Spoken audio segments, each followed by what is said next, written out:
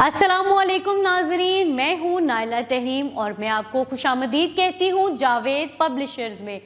उम्मीद करती हूँ आप सब खैर आफियत से होंगे। आज हम किड्स ज़ीना उर्दू जमात दोम के सबक नंबर 22 जिसका उन्वान है टोट बटोट एक अफसर है को नज़म की सूरत में पढ़ेंगे। आज का हमारा सबक का उन्वान है टोट बटोट एक अफसर है। इस नाम से आपको क्या पता चल रहा है कि ये एक मज़ाहिया नज़म है। मुअज़्ज़ज़ असातिज़ा, यहाँ पे आप बच्चों को बताइए कि शायर मज़ाहिया नज़म इंसानों के चेहरे पर मुस्कुराहट लाने के लिए लिखते हैं। मज़ाहिया नज़म बड़ों बच्चों सब के लिए मुस्कुराहट का सबब बनती है। तो चलिए चलते हैं, ये नज़म पढ़ते हैं और अपने अफसुर्दा चेहरों पर मुस्कुराहटें फैलाते हैं। अपनी किताब का सफ़ा नंबर 112 खोलिए। पढ़ते हैं इस नज़म को। टोट बटोट एक अफसर है। अब टोट बटोट की बात ना कर, अब टोट बटोट एक अफसर है। अब छोटों का तो जिक्र ही क्या, अब बड़े ही सहमे रहते हैं। अब जो वो मुंह से बात करे सब जी हाँ कहते हैं।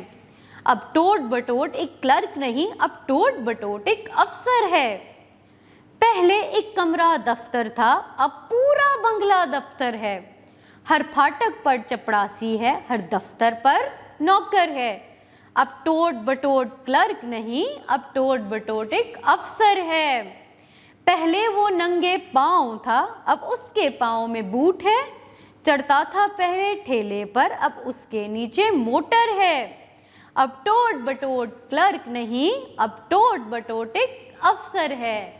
और इस नज़्म के शायर हैं सूफ़ी गुलाम मुस्तफ़ा तबस्सुम। जी हाँ, ये एक मज़ाहिया नज़म है जिसमें एक ऐसी शख्सियत के बारे में बताया गया है जो बच्चों में बहुत ही मशहूर है, जिसका नाम है टोट बटोट। यहाँ पे टोट बटोट की तरक्की का सफ़र बताया गया है कि पहले वो किस तरह अपनी ज़िंदगी बसर करता था और अब कैसे वो अपनी ज़िंदगी अफसरों की तरह बसर कर रहा है। इसके साथ ही हम इस सबक के अल्फाज मायने की तरफ चलते हैं। हमारा पहला लफ्ज़ है क्लर्क, जिसके मायने हैं आम मुलाजिम या मुंशी। हमारा दूसरा लफ्ज़ है बंगला, जिसका मायने है बहुत बड़ी कोठी या सरकारी रिहाइशगाह।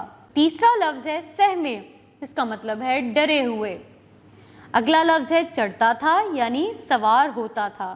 अगला लफ्ज़ है अफसर, जिसका मायने है बड़ा हाकिम आला ओहदेदार। हमारा आखिरी लफ्ज़ है ठेला, जिसका मायने है आम रेढ़ी।